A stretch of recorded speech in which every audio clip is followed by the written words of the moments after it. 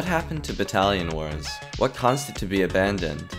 There's no specific clean-cut way to answer that, but I'm going to attempt to discuss the internal tension that in part was responsible for the collapse of any efforts made to continue the Battalion Wars franchise. But first, to understand all I'm about to tell you, we're going to have to go back. Way back. The year is 1998. Ian Baverstock and Jonathan Knuth were running demise, an in-house development studio owned by Eidos Interactive. That same year, Baverstock and Knuth led a management buyout of the studio from Eidos Interactive, forming Kuju. By 2001, Kuju was employing a team of 80 developers in Surrey and Brighton.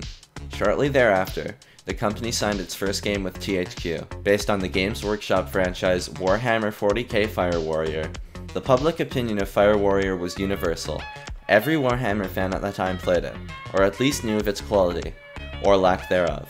Regardless, this first licensed project was a milestone for the company, as it was their first foray into the work-for-hire market. In the following years between 2002 and 2007, Kuju developed titles including the SingStar games and our beloved Battalion Wars franchise. Battalion Wars, to its date, was the company's only original intellectual property. Of course, as the name implies, this is exceedingly rare for a work-for-hire studio, which seeks out contracts from other publishers to develop games, and usually licenses the intellectual properties from them.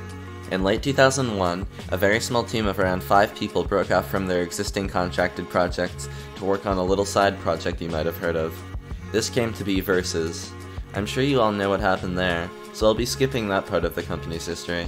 So the year is 2005 and the game is Battalion Wars. Kuju were just about to release their long-awaited real-time strategy spiritual successor to Advance Wars. Reception prior to release was mixed, but once the game was done, that didn't dissuade them. They were convinced that the game would wow the press and addict the players.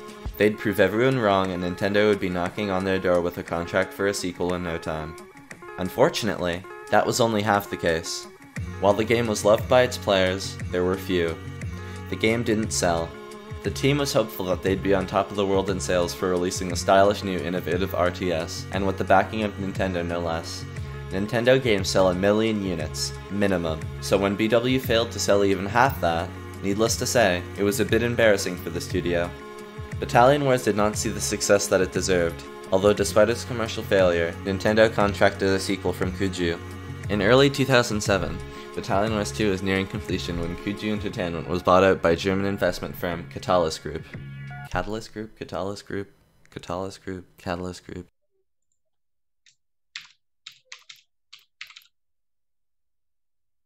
Catalyst.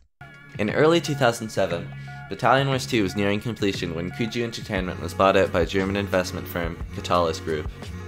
After 2 years in tough development and a delay, Battalion Wars 2 released on the 29th of October 2007. Battalion Wars 2 succeeded in every way possible, except one.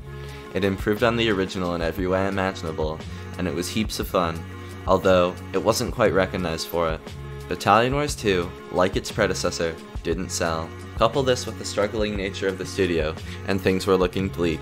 This unfortunately wasn't new for Kuju, just worsened by the failure of their newest game. All good things come to an end. Some, however, just don't get an ending.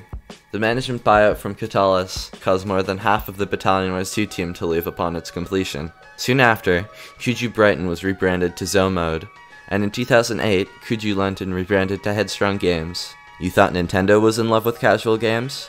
The newly rebranded Headstrong Games was built upon them as the studio's foundation. This new studio culture brought on by Catalyst was not an environment that would have seen it to be appealing to develop a niche real-time strategy game. The focus was mass market appeal, and although conscious efforts were made during the development of Battalion Wars 2 to make it more accessible, including the curving of difficulty and the rework of the character Brigadier Betty, for example, this failed to get the game the attention it needed to be a worthwhile venture for a market geared towards accessibility, and a studio focused on family fun. Kuju was developing games for gamers, Headstrong was making experiences for everyone. Battalion Wars lacked that casual, family-friendly appeal. What if all that never happened? What if Battalion Wars was profitable? What if management didn't collapse? What if a third Battalion Wars happened? When inquired about what they'd want in a third game, the developers' general consensus was to make a third game fresh, the game would need to be less linear. Ironically, their dream for a third game sounded much the same as their initial concept for Battalion Wars 2. A lot of the way the second game unfolded, the switching between sides and very level-based play, was actually demanded by Nintendo. If it had been up to the developers, it'd have a more sandbox approach, playing as the Western frontier with the others as opponents. Well, with Nintendo out of the picture, they'd add some construction elements and a more free-form campaign, like an overall strategic map which had its own macro game. A third game would have had more of a focus on bases, backtracking between them and defending them. Construction elements would aid in base defense and replayability. In general, they wanted to focus on making the game unique from its predecessors, replayable, and challenging. Combine this with the cut minigames and other freedoms afforded to them, and you'd have had quite the sequel. Unfortunately, the developers were never given the opportunity to make such a game. A combination of Nintendo's shortcomings, fierce competition, angry fans, and a vicious management buyout is what spelled the end for Kuju. Little by little, the fledgling studio died, until its corpse was reanimated into Headstrong Games. But make no mistake, Kuju died that fateful day, and along with it died our beloved Battalion Wars. Forgotten but not quite gone. No, Battalion Wars will only ever be gone when its stories stop being told. I assure you, there are still stories to tell, stories never told before. They just might be a little more medieval than you're used to. Try to keep an open mind. It's quite the wild ride. Oh, and if you're wondering how Kuju's doing now, well, brace yourself. Only great colleagues. I worked at Kuju Entertainment. Pros: great environment and nice colleagues. Cons: management seems not really keen to keep this place alive. Oh, it only gets worse. Low salaries and uninspiring projects. I worked at Kuju Entertainment for less than a year. Pros: manages to attract a lot of talented people. Cons: very low salaries with no prospect of improvement. Uninspiring projects. Constantly promises a lot more than what can be delivered. Fails to plan ahead and learn from previous mistakes. Does not invest on training new staff. No sense of job security.